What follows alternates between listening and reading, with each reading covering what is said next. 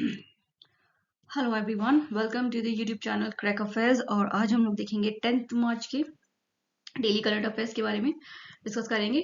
तो इस वीडियो को स्टार्ट करने से पहले मैं कहूंगी कि भाई लाइक शेयर और सब्सक्राइब प्लीज कर दीजिएगा, क्योंकि इसको बहुत ज़रूरत है आपके लाइक और शेयर और सब्सक्रिप्शन की। ओके, तो चलिए।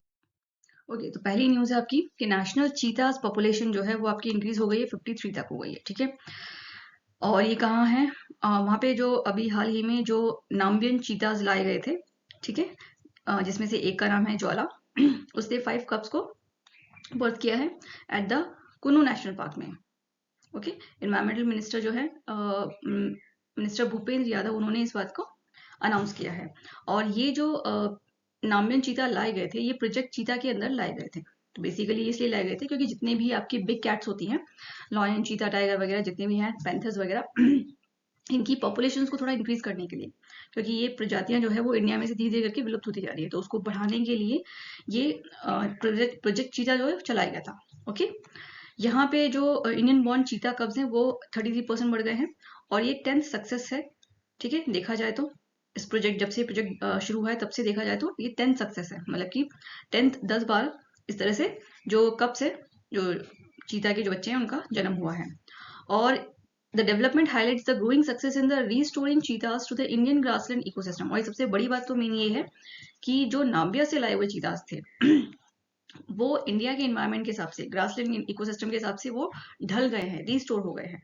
ठीक है, उनको डेली मॉनिटर किया जाता है, उनके एफर्ट्स को, मतलब उनकी जो भी चीजें हैं उन सबको मॉनिटर करना। ठीक है, कंजर्वेशन को ध्यान रखना दिया जाता है ताकि वो वहां पे पनपे। ओके, नेक्स्ट है आपका India inter regional transmission capacity to reach 143 gigawatt by 2027 तक। जो inter regional transmission capacity, electricity flow जो है हमारा, वो बढ़ जाएगा। ठीक है, अच्छा, 2025 में कितना था? ये 120 गीगावाट तक था। ठीक है, जो 2027 तक 143 करना है, हमें बढ़ाना है। ठीक है, ये किसने कहा है? पार्लियामेंट्री, ये अनाउंस किया गया पार्लियामेंट के अंदर बाय द श्रीपद नायक के द्वारा, जो कि मिनिस्टर ऑफ स्टेट पावर्स से हैं। ठीक है, नेशनल पावर ग्रिड, ऑब्वियसली बात है, इससे क्या होगा? ये जो एक्सपेंशन हुआ है, इससे हमारी जो स्ट्रेंथ होगी, नेशनल पावर ग्रिड जो है वो बढ़ेगा। ठीक है, दूसरा क्या है? ये एक्सपेक्टेड है कि 2032 तक 388 गीगावाट तक की जो कैपेसिटी है वो बढ़ा दी जाएगी। क्योंकि ऑब्वियसली बात है, जो जब इलेक्ट्रिसिटी डिमांड बढ़ेगा तो हमें कैपेसिटी बढ़ानी पड़ेगी। Okay, under the national electricity plan, transmission network will extend 6.48 lakh circuit kilometre. और जो सर्किट के हिसाब से अगर देखा जाए तो वो इतना लाख सर्किट हमारा जो है नेटवर्क और बढ़ेगा, मतलब उसको बढ़ाने का प्लान है। ठीक है, and the transmission capacity reach 2345 GVA। Okay, ये ध्यान रखिए।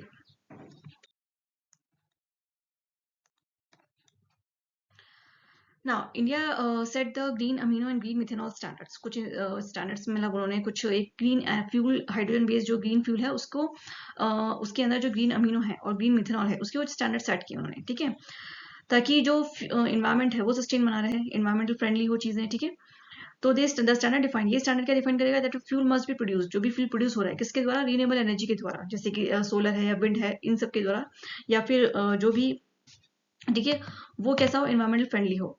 ग्रीन अमीनो और ग्रीन मिथेनॉल जो है expected to be support the low carbon energy, मतलब ये माना जाता है कि अगर जो ग्रीन का मतलब होता है कि वो एनर्जी जो कि रिन्यूएबल एनर्जी से मिलकर बन रही है। ठीक है, उसको ही हम लोग क्या बोलते हैं? ग्रीन एनर्जी में कंसिडर करते हैं। ठीक है, तभी माना जाता है जब उन्हें रिन्यूएबल एनर्जी से बनी ग्रीन हाइड्रोजन के प्रयोग किया गया हो, यानी कि उसके अंदर और जब वो ग्रीन होता है दैट मीन्स वो अगर रिन्यूएबल एनर्जी से बना हुआ है, दैट मीन्स कि उसमें कार्बन कंपोजिशन जो होगा वो ऑब्वियसली बात है कम होगा। ठीक है, यूजिंग इन द सेक्टर, और ये ज्यादातर कहाँ किन किन सेक्टर्स में यूज होगा? जैसे कि शिपिंग है, फर्टिलाइजर्स है, हेवी इंडस्ट्रीज है और ट्रांसपोर्टेशन है, वहीं पे ये सबसे ज्यादा यूज होता है। इसका एम क्या है? ताकि हाइड्रोजन बेस्ड जो इकोसिस्टम है, जो हमारा ग्रीन हाइड्रोजन इकोसिस्टम है, वो बड़े, अट्रैक्ट इन्वेस्टमेंट ज्यादा हो, क्लीन फ्यूल टेक्नोलॉजी के ऊपर सपोर्ट मिले कंट्री को लॉन्ग टर्म के लिए। ओके, ये ध्यान रखिएगा। दूसरा, अगर हम बात करते हैं यहाँ पे कि ग्रीन, ये क्या होता है? ग्रीन अमीनो है, ग्रीन अमीनो कब कहलाएगा? जब उसमें 0.38 kg कार्बन डाइऑक्साइड उसमें उसमें से उसमें से इमिशन होगा, ठीक है, यानी कि 0.38 किलोग्राम का कार्बन इमिशन होगा, तब वो ग्रीन अमोनिया कहलाता है। और ग्रीन मिथेनॉल कब कहलाएगा वो, जब उसमें से 0.44 kgs का कार्बन डाइऑक्साइड इमिशन होगा। इससे ज्यादा अगर मतलब इससे ज्यादा या इससे अगर कार्बन डाइऑक्साइड इमिशन होता है तो वो फिर ग्रीन हाइड्रोजन मिशन के अंदर में वो जो ग्रीन अमीनो या ग्रीन मिथेनॉल है वो उसके अंडर में नहीं आएगी, मतलब इतना ही होनी चाहिए, ठीक है। इससे कम हो तो भी चलेगा लेकिन इससे ज्यादा नहीं होनी चाहिए, तभी वो ग्रीन अमीनो और ग्रीन मिथेनॉल की कैटेगरी में आ पाएगा। ओके, नेक्स्ट आता है नाबार्ड ने क्या अनाउंस किया है कि national climatical stack innovation challenge उसने एक अनाउंस किया है, specially in the rural areas, ठीक है। ये national climatical stack innovation challenge है जो कि क्लाइमेटिकल रेजिलेंसी को स्ट्रेंथ देगा, ठीक है। एक अच्छा, इसको इम्प्लीमेंट किसने किया है, किसके सपोर्ट से हुआ है, Gates foundation and the Dalberg advisors ने किया इसको इम्प्लीमेंट। इसका एम क्या है, challenge aims to build a national climatical stacks, a digital framework that integrates the climatical data to improving the forecasting of the hazards like the flood, drought, heat waves and cyclone।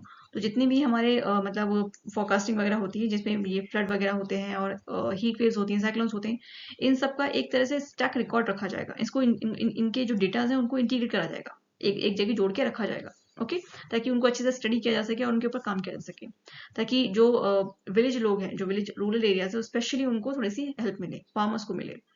Inventor, scientist and startups are invited. इसके लिए जितने भी scientist हैं, startups हैं, उनको मतलब बुलाया गया है ताकि वो डेवलप कर सके क्लाइमेटिकल फोरकास्ट मॉडल को, ठीक है। एंड इंटरेक्टिव द डैशबोर्ड, एक डैशबोर्ड तैयार कर सके ताकि वो हर तरह के क्लाइमेटिकल रिस्क को और स्पेशली एग्रीकल्चर जैसी चीज़ों को मैनेज कर सकें, ठीक है, मतलब फोरकास्ट वगैरह को मैनेज कर सके ताकि वो एग्रीकल्चर में हेल्प हो सके उनके अंदर। जो भी इसके लिए मतलब ये तैयार करेगा, पूरी तरह से स्टैक तैयार करेगा, उसको प्राइस मनी भी दिया जाएगा। 15 लाख का है, 10 लाख का है, 5 लाख का है, ठीक है। और ये जो इनिशिएटिव है will also expand the NABARD's DiCRA's climatical data platform, ठीक है। ये एक प्लेटफॉर्म है जो नाबार्ड से कनेक्टेड है, इसको भी एक्सपेंड किया जाएगा। UP launching the project Ganga to bring the high speed internet to 20 lakh rural houses. तो यूपी ने प्रोजेक्ट गंगा स्टार्ट किया है जो कि एक high speed internet connectivity provide करेगा 20 लाख रूरल हाउस होल्ड्स को, किसमें 2 से 3 ईयर्स के बीच में, ताकि पूरा जो विलेज है वो डिजिटली एक्सेस किया जा सके और जो सेमी अर्बन एरियाज है उनको भी। ये जो प्रोजेक्ट है will be implemented to the MoU between the, अच्छा, दो के बीच में इसमें कॉन्ट्रैक्ट अग्रीमेंट हुआ है, एक तो state transformation commission and the one OTT entertainment limited के अंदर, ठीक है, जो कि हिंदुजा ब्रदर्स से कनेक्टेड है।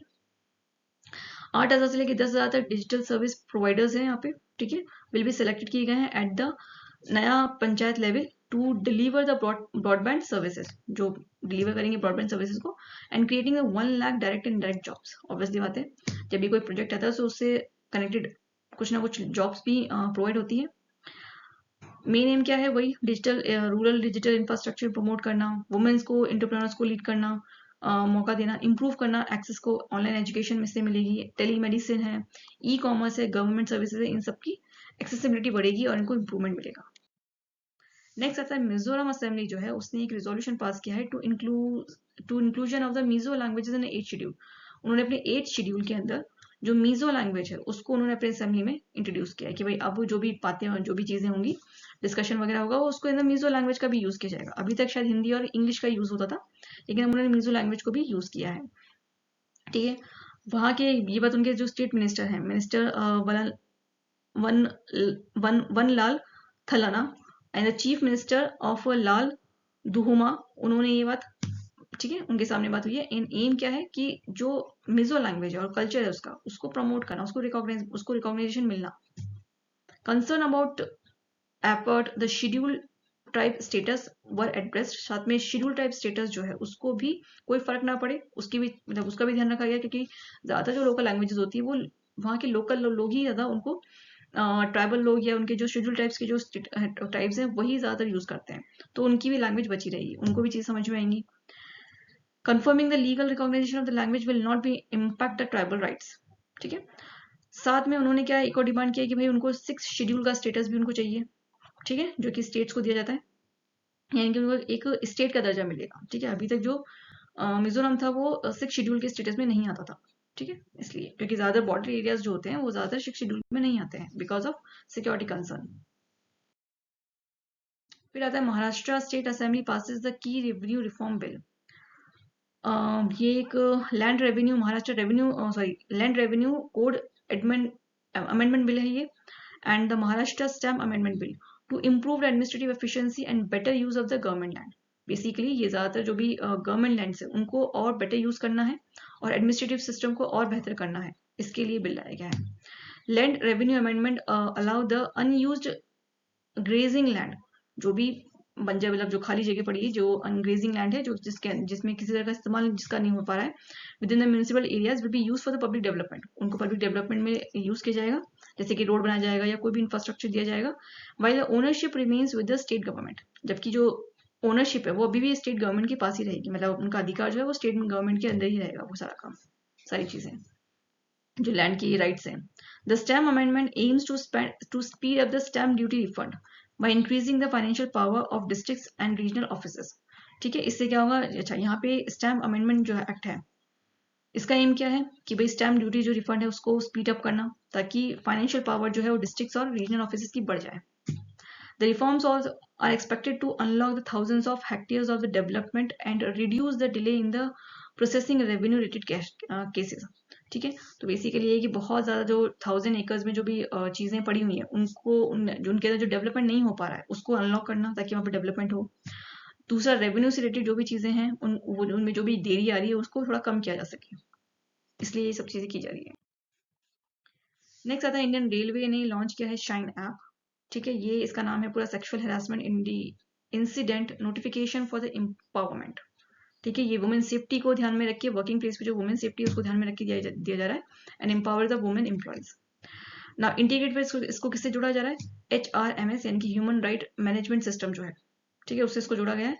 ये जो ऐप है वुमेन स्टाफ, विजिटर्स और कॉन्ट्रैक्चुअल वर्कर्स जो है, ठीक है, to confidentially report the sexual, मतलब उनके अंदर एक तरह से कॉन्फिडेंस लाने के लिए कि भाई अगर उनके साथ कुछ हो रहा है तो वो कॉन्फिडेंटली जाके उसको रिपोर्ट करा सकती हैं, कंप्लेन करा सकती है directly to the designated committee, जो भी कमिटी बनाई गई है उसको। ठीक है, it ensure the safe faster secure and efficient handling of the complaints. ठीक है, ताकि बहुत अच्छे से बहुत जल्दी सिक्योर वे में और एफिशिएंट वे में कंप्लेंट्स फाइल की जा सके, और ताकि किसी हर तरह की प्रोटेक्शन को स्ट्रेंथ मिले। This initiative align with the Vishakha guideline. ठीक है, इसको विशाखा गाइडलाइन से जोड़ा गया है, and representing a significant step towards creating a safe and supportive environment for all the women associated with the Indian railway. Indian railway से जुड़ी हुई जितनी भी महिलाएं उन सबको सेव करना, ठीक है, उनके वर्किंग एनवायरनमेंट के अंदर। नेक्स्ट आता है इंडियन क्या है ये, Indian aerospace firm to supply the parts of the Rafale fighter jets. कि जो इंडियन एरोस्पेस फर्म है, ठीक है, वो क्या करेगी, राफेल के जो फाइटर जेट्स हैं उनको उनके जो पार्ट्स हैं उनको सप्लाई करेगी। तो हाइकल टेक्नोलॉजी जो है secure a long term contract, एक लॉन्ग टर्म कॉन्ट्रैक्ट मिला है किससे, डॉसल्ट एविएशन से, ताकि वो मैन्युफैक्चर कर पाए मिशन क्रिटिकल कंपोनेंट, जितने भी क्रिटिकल कंपोनेंट्स होते हैं, ठीक है, जेट फाइटर जेट से रिलेटेड, उनके लिए, फॉर द किसके लिए, डिसॉल्ट राफेल फाइटर एयरक्राफ्ट के लिए। ये जो एग्रीमेंट है इसके अंदर specific producing the specialised part, जो भी स्पेशलाइज्ड पार्ट होते हैं जेट्स वगैरह के अंदर वो सब ये प्रोड्यूस करेगा, using in the Rafale control system, specially Rafale control system जो होता है उसके लिए जो स्पेशलाइज्ड पार्ट होते हैं वो प्रोड्यूस करेगा, requiring the high engineering perception and reliability. Obviously बातें हाई इंजीनियरिंग परसेप्शन और रिलायबिलिटी चाहिए, इसलिए the partnership integrate the हाइकल with, अच्छा यहाँ पे जो हाइकल है उसको किससे इंटीग्रेट किया गया है, डॉसल्स ग्लोबल एरोस्पेस सप्लाई चेन के साथ। ठीक है, and reflecting the confident in the India's advance manufacturing capability. Obviously बात, जब दो कंपनीज इंडिया की और बाहर की जो काम करेंगी मिलके, तो एक एडवांस मैन्युफैक्चरिंग कैपेबिलिटी को बूस्ट मिलेगा। The idea is expected to boost the Indian aerospace and defense manufacturing sectors and strengthen the country's role in the global aircraft component and production. Okay, next आपका ISRO और ESA यानी कि European space agency जो है, उन्होंने क्या किया है, अर्थ ऑब्जर्वेशन मिशन को बढ़ाने के लिए एग्रीमेंट साइन किया है। Okay, ESSA ISRO agreement concerning joint collaboration and vibration activities and scientific studies for the Earth observation mission। ये उनका नया एग्रीमेंट का टाइटल है, ताकि क्या हो, एक्यूरेसी और रिलायबिलिटी हो ऑफ द सैटेलाइट डेटा के अंदर, क्लाइमेटिकल मॉनिटरिंग अच्छे से हो पाए, एनवायरमेंटल रिसर्च और डेटा साइंस और अर्थ साइंस के रिलेटेड डेटा में। ठीक है, नेक्स्ट आता है international malaria conference and with a big health goal. जो इंटरनेशनल मलेरिया कॉन्फ्रेंस हुई थी दिल्ली के अंदर, ठीक है, मार्च 7 से लेकर 9 तक, of the global decision on the acceleration malaria elimination, ठीक है, जो कि मलेरिया जिस तरह से किस तरह से खत्म करना है उसके ऊपर जो कॉन्फ्रेंस हुई थी वो हुई है दिल्ली के अंदर। ऑर्गेनाइज किसके द्वारा किया गया था? ICMR, national institute of malaria research, under the national council of medical research, जो कि medical council, Indian council of medical research के अंदर आती है, उसने इसे ऑर्गेनाइज किया था। इसका थीम क्या था? Discovery, development and the delivery, driving malaria elimination and deployment and beyond, ठीक है, इसका थीम है, ध्यान रखिएगा। ओके, बस ये साइंटिफिक रिसर्च को एम्फोसाइज करना, इनोवेशंस और इम्प्लीमेंटेशन करना इफेक्टिवली मलेरिया को कंट्रोल किया जा सके ताकि। Now, the expert decisions, parasites, biologies, drugs resistance, advanced diagnosis and surveillance technology to improving the malaria detection and preventions. The event support the India's goal to eliminate the, अच्छा यहाँ पे दिया important है कि मलेरिया को eliminate करने के लिए इंडिया का गोल कितना है कि 2030 तक उसे हटाना है, ठीक है, ताकि रिसर्च को बढ़ावा देकर कैसे हटेगा? हेल्थ केयर सिस्टम को इम्प्रूव करके, पब्लिक हेल्थ इंटरवेंशन करके, इन सब से। नेक्स्ट आता है Amol Palekar to receiving the Meta life time achievement award, ठीक है, ये एक अचीवमेंट अवार्ड है जो कि अमोल पालेकर को दिया गया था 21st at the 21st Mahindra excellency in the theatre award. इसका पूरा फुल फॉर्म जो है ये है, ये कहाँ हुआ था? न्यू दिल्ली में इसका ये हुआ था, ठीक है। Now Mahindra group and the instituted by the, ये किसके द्वारा किया जाता है? महिंद्रा ग्रुप के द्वारा किया जाता है, and produced by the team work art Meta, celebrating the outstanding theatrical productions and practitioner from the across India, इनकी जितने भी पूरे इंडिया में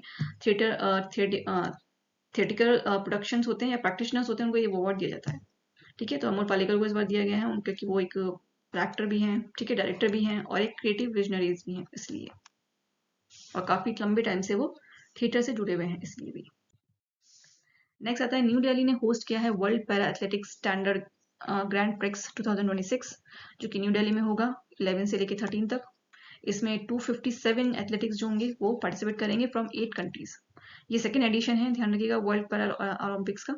ओके, ओवर 250 एथलेटिक्स जो होंगे तो कंप्लीट करेंगे इसमें। ना इंडिया के अलावा कौन कौन है इसमें? रशिया है, जापान है, नेपाल है, भूटान है, हांगकांग है, सर्बिया, बुसेनिया एंड इजिप्ट, ये कंट्रीज में आएंगी। और इंडिया की तरफ से भी काफी सारे मतलब नाम इसमें हैं, जैसे कि प्रवीण कुमार है, समित अंतिल है, और मरियप्पन थंगावेल्लू है, ठीक है। The event also providing the 74th national certification classification slot, helping athletic quality for major goal para athletic competition, ठीक है। तो ऑब्वियसली बात है, ये ओलंपिक जब हमारे इंडिया में होंगे तो उनको थोड़ी सी पार्टिसिपेशन जब वो करेंगे तो उनको हेल्प मिलेगा, ओके, सो इसलिए। और जो आने वाले पैरा ओलंपिक्स हैं 2028 में जो होने वाले पैरा ओलंपिक्स, कहाँ पे? लंदन में, सॉरी लॉस एंजलिस के अंदर, ठीक है। नेक्स्ट उसमें भी क्या होगा, उनको थोड़ी हेल्प मिलेगी, ये ध्यान रखिएगा कि नेक्स्ट आने वाले कब होने वाले 2028 में। नेक्स्ट आता है board of control of cricket, जो है उन्होंने 131 करोड़ का जो कैश रिवॉर्ड है वो दिया जाएगा किसको? इंडियन टीम को और उसके स्टाफ को मिला के, दोनों को मिला के ये, ठीक है, जिसमें से 41 करोड़ जो है, ठीक है, और इसी में से ही 41 करोड़ जो है वो स्टाफ को दिए जाएंगे, और 6 करोड़ जो है वो ईच प्लेयर को दिए जाएंगे, ठीक है। इनके 15 प्लेयर्स हैं उन सबको, ठीक है।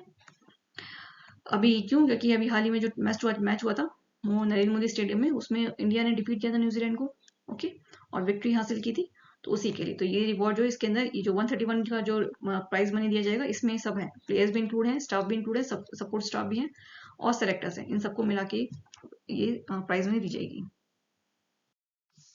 नेक्स्ट आता है central industrial security force rising day, observe किया गया था कब? मार्च 10 को, ठीक है। ये स्टैब्लिश कब हुआ था? ये हुआ था 1969 में स्टैब्लिश हुआ था CISF, okay, in the CISF act 1968 के अंदर, ये ध्यान रखिएगा, ये मेन चीज है। The day marking the 57th anniversary, अच्छा ये 57th एनिवर्सरी मना रहे हैं, ठीक है। और ज्यादातर CIF होते हैं, ये कहाँ पे होते हैं? ये एक तरह की मतलब आर्मेड पुलिस होती है, ठीक है।